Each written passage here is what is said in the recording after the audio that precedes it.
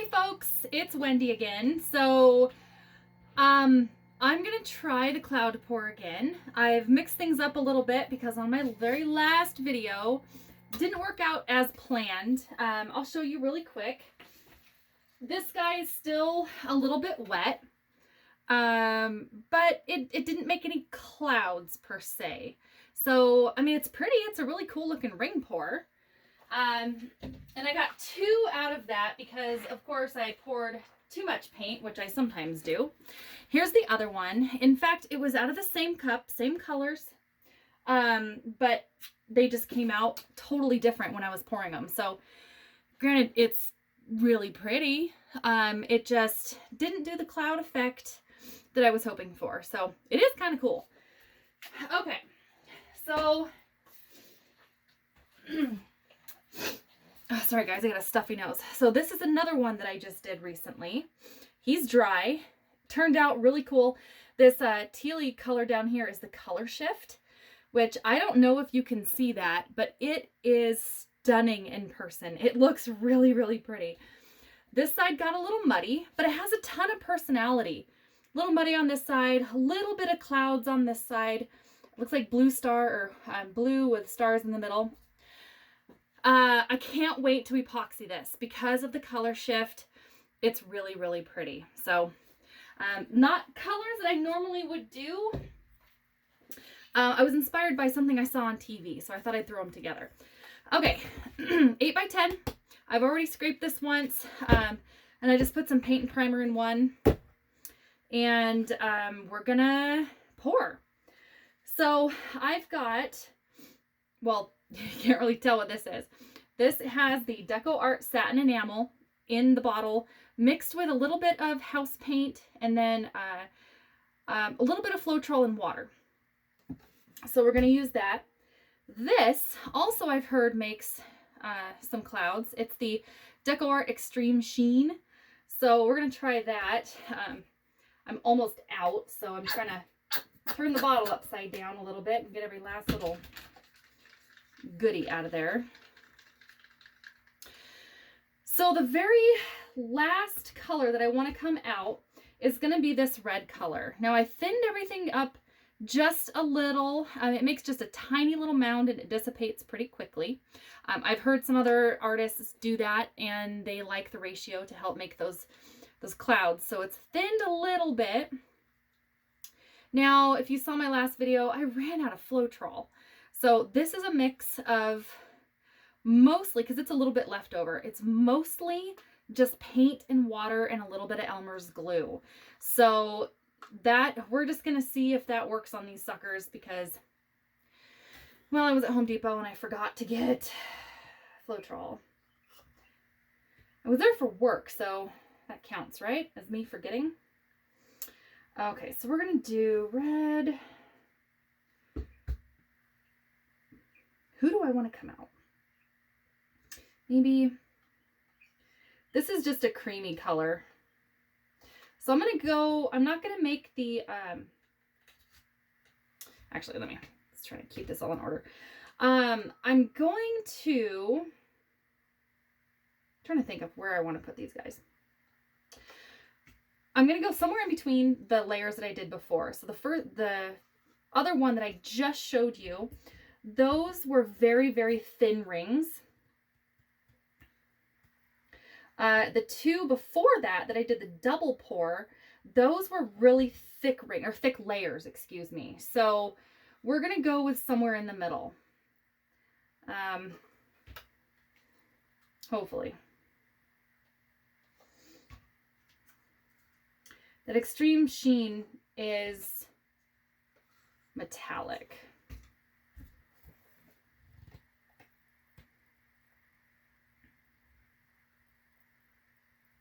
And I feel like I've got a clump or something in there.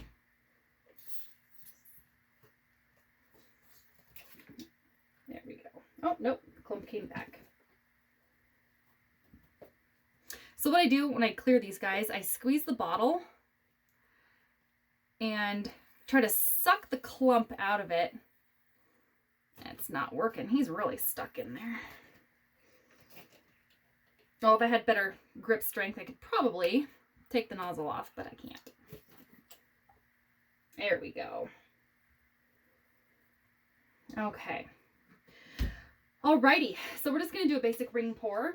That should be enough. I mean, I only did 2 colors or 2 layers of each color, but it was fairly thin layers, so we'll see what happens. And I'm just going to let it do its thing. I'm not going to move the cup around.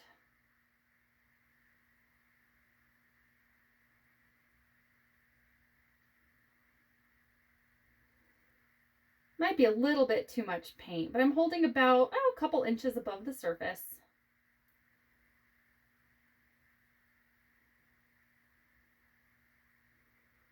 I really want that red more in the middle.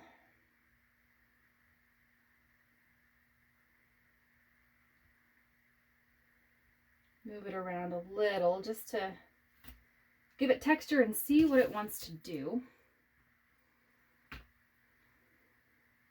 Actually, I'm gonna let him sit for just a second because I see a lot of bubbles, and that's probably from this because I shook the heck out of it. So that's probably why all those bubbles are coming up. So, and I want to pop them before I start stretching because I don't, at the very end, I forget and I torch at the very end and it makes a ton of little teeny tiny bubbles.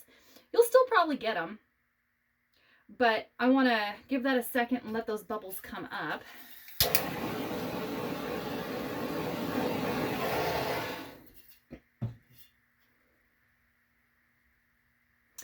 By the way, guys, thanks for all of the comments online because it really helps to get some feedback. What you guys want to see, what you guys don't want to see. And I apologize to the viewer that made a comment about the lighting in here, but and I know it's bad. I've been pricing some better lights, but man, alive, you have to like donate a kidney to get some of those lights, the good ones. Or not donate, sell a kidney.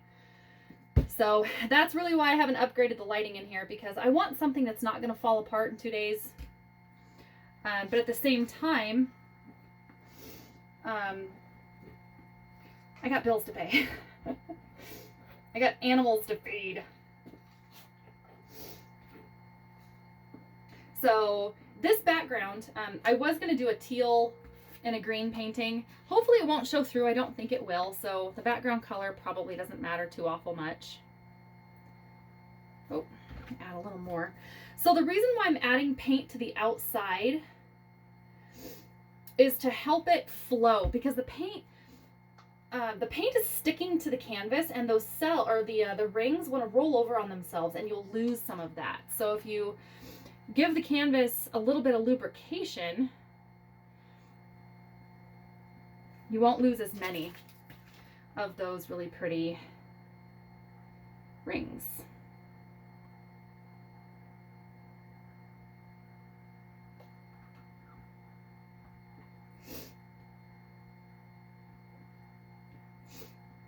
Oh my gosh, and I do not know why my nose is all of a sudden plugged up today. And I have some really cool stuff coming on. If you can see the rings closest to me, looks like there's some fracturing happening, and it's cool looking. Okay. Oh my gosh, it's actually working. How the heck did I get that to happen? I got a little bit nervous because some of the other videos, and I really had to look at other artists' work and get a little bit of advice, because I was just having the hardest time getting that look, getting those rings to separate and the billowing clouds to come up. I was at a loss. I could not freaking get it to work, as you saw in my last videos. But several of the other artists, they say water your paints down. And that's what I did, and it made me a little bit nervous, because if you do them too thin, it can tend to muddy up Oh, there we go. It can tend to muddy up quite a bit.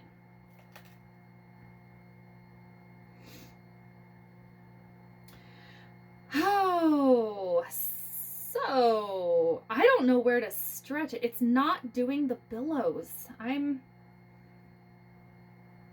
It looks kind of neat though, but to be honest, and I'll bring you guys in for a better close-up, but I'm gonna spread this sucker out a little more on this side, I think.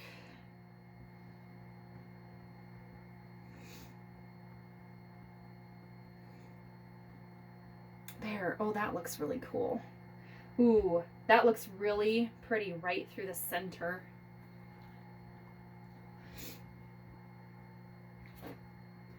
I don't want that blue to show through on the corners, so I may have to babysit it just a little bit.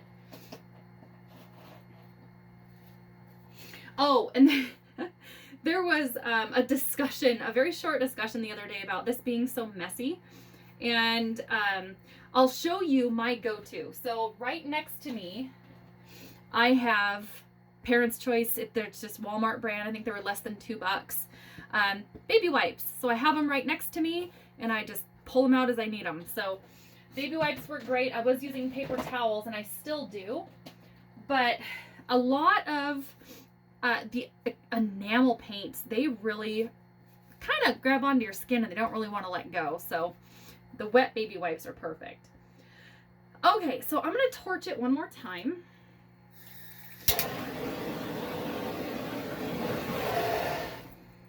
And I see a little booger.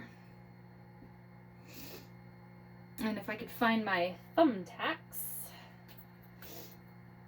I don't have this guy.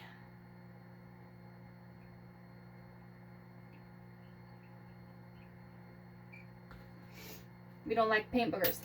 Okay, so it's not doing the billowing effect. It's almost looking like curdled milk, so I'll show you. But I'm gonna still work at it. I just don't think I got my consistency right, so I'm gonna bring you in.